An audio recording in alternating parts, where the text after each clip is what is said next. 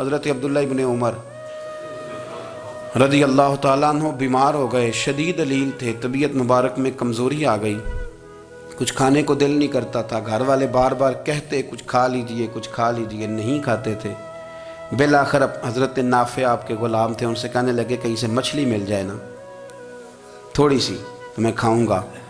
تو کہتے ہیں میں سارے مدینے میں ڈھونڈتا رہا، مچھلی نہ ملی، اگلے دن بھی ڈھونڈی تو نہ ملی، تیسرے دن بھی ڈھونڈی تو نہ ملی، تو فرمانے لگے یار بس چھوٹی سی خواہش ہے، کوئی فرض نہیں ملتی تو رہنے دے۔ کہتے ہیں چوتھے دن مچھلی مل گئی، میں 1.5 دینار کی مچھلی لایا، لا کے حضرت عبداللہ ابن عمر رضی اللہ تعالیٰ عنہ کے سامنے جو مچھلی رکھی تو آپ نے لقمہ روٹی کا توڑا تھا، مچھلی کو لگانے لگے کہ دروازے پہ فقیر نے آ کے آواز دی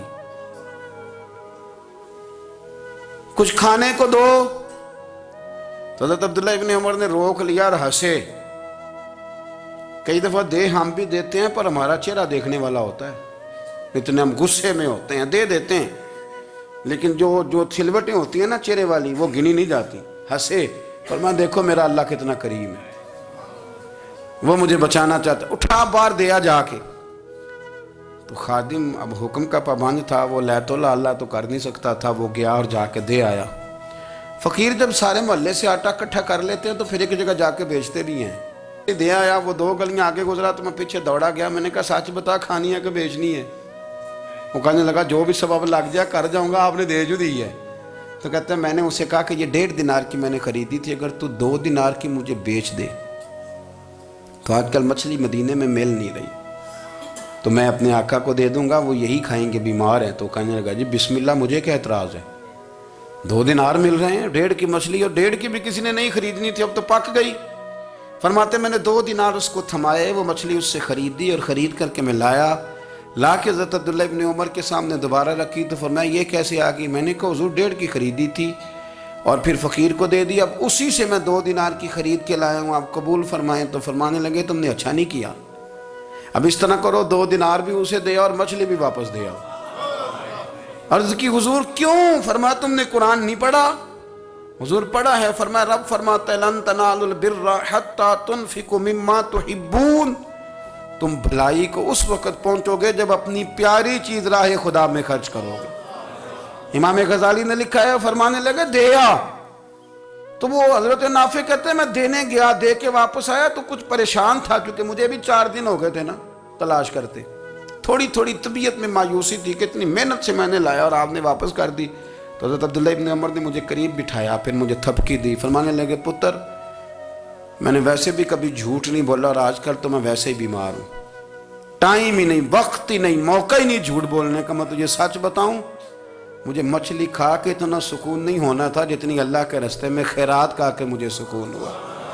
تو تجھے تو میری راحت سے غرض ہے نا کہ مجھے راحت کیسے ہوتی ہے، تو مجھے سکون ملا ہے راہ خدا میں دے، میں نفسانی خواہش پوری کر لیتا تو یہ میرا نفس کل پھر مجھ سے مچھلی مانگتا، پرسوں کہتا نہیں چھوٹے گوشت کی یخنی بھی چاہیے۔ ہم لوگ الجھ گئے ہیں، بہت بڑے قیدی ہیں اپنے آپ کے، بڑے قیدی ہیں، سارا دن اپنی خواہشات کی تکمیل میں بھاگے رہتے ہیں، بڑے بڑے سونے نوجوان۔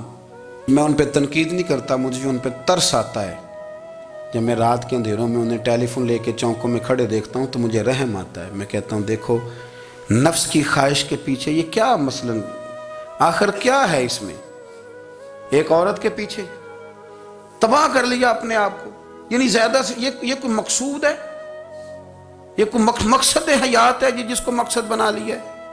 میرے عزیز بات کو سمجھ لیں، اتنا خوبصورت آدمی ہے اور اتنا اس کا اونچا قد کاٹ ہے، اور کیا کس کے پیچھے یہ بھاگا ہوا ہے؟ بڑا سمجھدار، دانشور، عقل مند آدمی، ذی روح بندہ، لیکن اس کا سٹیٹس آپ یہ ملاحظہ کریں کہ وہ 20-40 ہزار کی خاطر جھوٹ بولتا ہے، دھوکہ دیتا ہے، فریب اور فراڈ کرتا ہے۔